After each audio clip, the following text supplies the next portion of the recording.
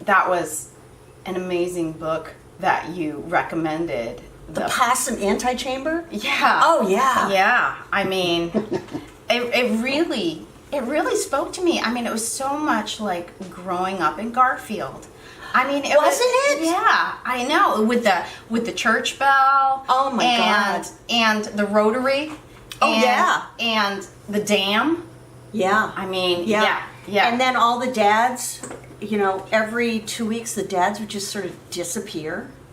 And you didn't quite know where they had gone. Yeah. And then they'd all of a sudden reappear. Yeah. That was just like our family.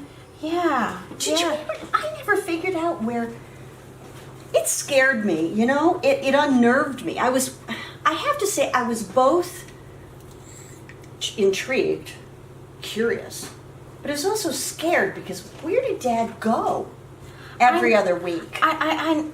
Did you ever find out where he went? No, I never did. Did you? No.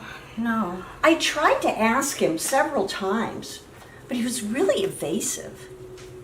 And that made me, you know, and I was still fairly young, so that made me nervous too. It's like, where's my dad going? I know, Where's he and going, I was younger than you, and I always know. will be younger than you. So, you know, what your anxiety. Thanks, Debbie. Thanks. I just had a birthday. I'm just saying, your anxiety transferred to me, because that's what happens when you're the youngest. You know, all that family energy just gets pooped on the youngest. Yeah, that's true. You know, You look great, by the way. You know, for your age, you look amazing. Debbie, I was the youngest for quite a few years. I was the youngest for 5 years until you showed up. So I know how it feels to be the youngest. I know what that's like. So, you know, it's not like it's unknown to me.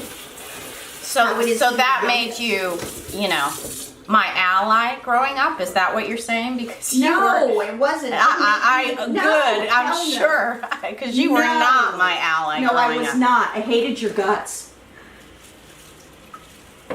You know, it's hard to be the youngest and the baby, and then all of a sudden here comes this other kid. I mean, so you're not the youngest or the baby anymore. Isn't that a good thing? No. I did you a favor by coming into this world. You did not. It's not like I had any choice. Anyway, let me tell you, it was Mom and Dad's fault. I blame them.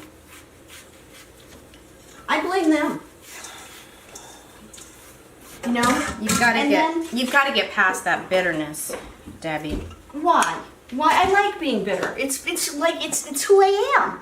It's my signature beingness. I mean, if I stop being bitter, who will I be? Someone nice. Why do I want to do that? Do I really want to do that? I don't know. I mean, I think being nice is overrated. You know? I mean, being mean and nasty's gotten me a long way in this world. Well, you might have more friends if you were a nicer person. I mean, you really don't have any friends. All you have is family who are basically... I have you. Yeah. I know. Yeah, and I'm forced to be with you because you're my older sister. I know. Isn't that great? You have to put up with me because I'm family. That's the problem with friends. They don't have to be with you. So if you're a bitter, angry woman who nobody wants to be around, you always have your family. See? It works out well for me.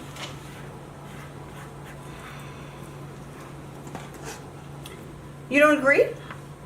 You don't think that? I know this is a weird time. I know, because Mom's, you know, she's in the home.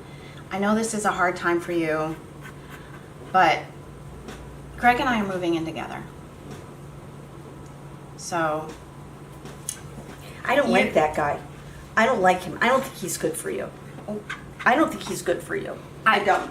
I just... We're signing a lease. Oh. So... He's gonna move in first, and in a couple of months I'm gonna move in with him. So you're gonna have so much more space around here. It's gonna be great. You're gonna be killing it. Well, You're gonna be like Mary Tyler Moore, living on your own. I might be. I can be Rhoda or Phyllis or something like that, but I'm not gonna be.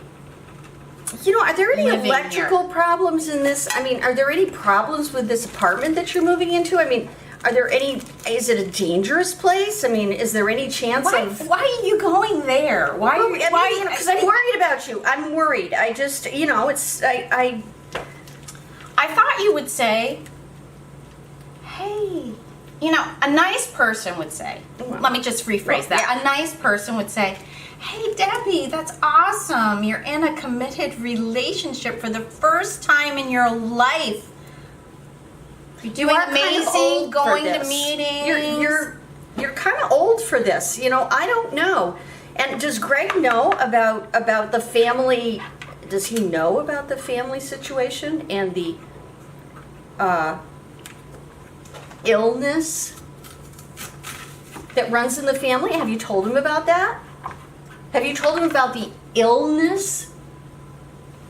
I bet he doesn't know. I bet you haven't told him. If it's too hard for you to discuss it, I would be happy to tell him. No, don't you dare tell him. Don't you dare tell him about our eczema. I've been going to the dermatologist. I am like... Look, it's psoriasis. I'm telling you, it's the doctor has got the diagnosis wrong. You are just It's being a psoriasis. negative It's psoriasis. Nelly. You are being a Donna Downer. I don't want you moving in with this guy, Debbie. I don't trust him. I don't think he's good for you. You should just stay here with Greg. me. His name is Greg. So Clegg is just not good for you. Greg. So It's not that unusual a name. So drag is not good for you. I just think you should stay here with me and just continue on as we have been doing. I mean, I don't see why you have to run off with the first Clegg that shows up. I mean, what do you really know about this guy? We've been dating for a year and a half. I haven't even met him. So then how can you not like him? How can you not like someone you haven't even met? And I don't want him to meet you because you are going to hate him even more on sight because that's who you are, Donna. That's who you are. Debbie, I just care about you. I just want you to be safe and happy and at home where you belong instead of off gallivanting with every dragon, Clegg, and Greg. Thank you. Thank you. Thank you very much. I'm just saying that, you haven't lived on your own. You've always been here with Mom and I. And then, Dad before that. And you do have the illness. And, plenty of people in relationships have eczema. It's psoriasis. I'm telling you, you have psoriasis. That doctor doesn't know what he's talking about. People with psoriasis have relationships too, can't They you? never work out. They never work out. I mean, does he even know you have it? Have you shown him the patches yet? I mean, really? You haven't? A year and a half and he hasn't seen the patches yet? No. What are you hiding it for? Why are you hiding it from him? Why? You need to tell him, Debbie. He deserves to know. I mean, for God's sake, what, you're going to get married and then you're going to reveal to him that you have patches? The wedding night, he's going to see you naked? Or what are you going to do, turn the lights out? Lies and deception, that's all this is, Debbie. You need to show him those patches. If you don't, I will. I'm calling him now. All right, that's good. Call him. Tell him about the patches. You need to tell him. I can protect you. You know that I know about the patches and I can put the cream on. Will he do that for you? I don't think so. I don't think he's going to put cream on your patches. Greg? I just don't. Greg. Hi, Greg. I'm Donna. I'm Debbie's sister. Didn't know I was around, did you? Why don't you? This is my sister, Donna. She's Hi, got something Greg. to tell you about me. Hi, Greg. How are you? Oh, you have a nice voice. Yeah. I'm just wondering if my sister ever mentioned, you know, the family illness. Oh. You have a family illness too? You have psoriasis?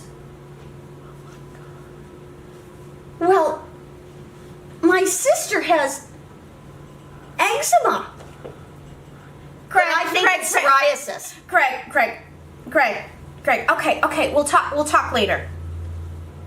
Oh my God, he has psoriasis. Oh my God, you were right. He is all wrong for me. He is all wrong.